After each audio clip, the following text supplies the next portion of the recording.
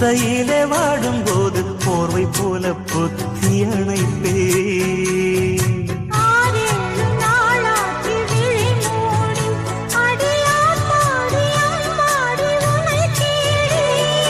நீதானே மானே என் இளஞ்சோடி, உனை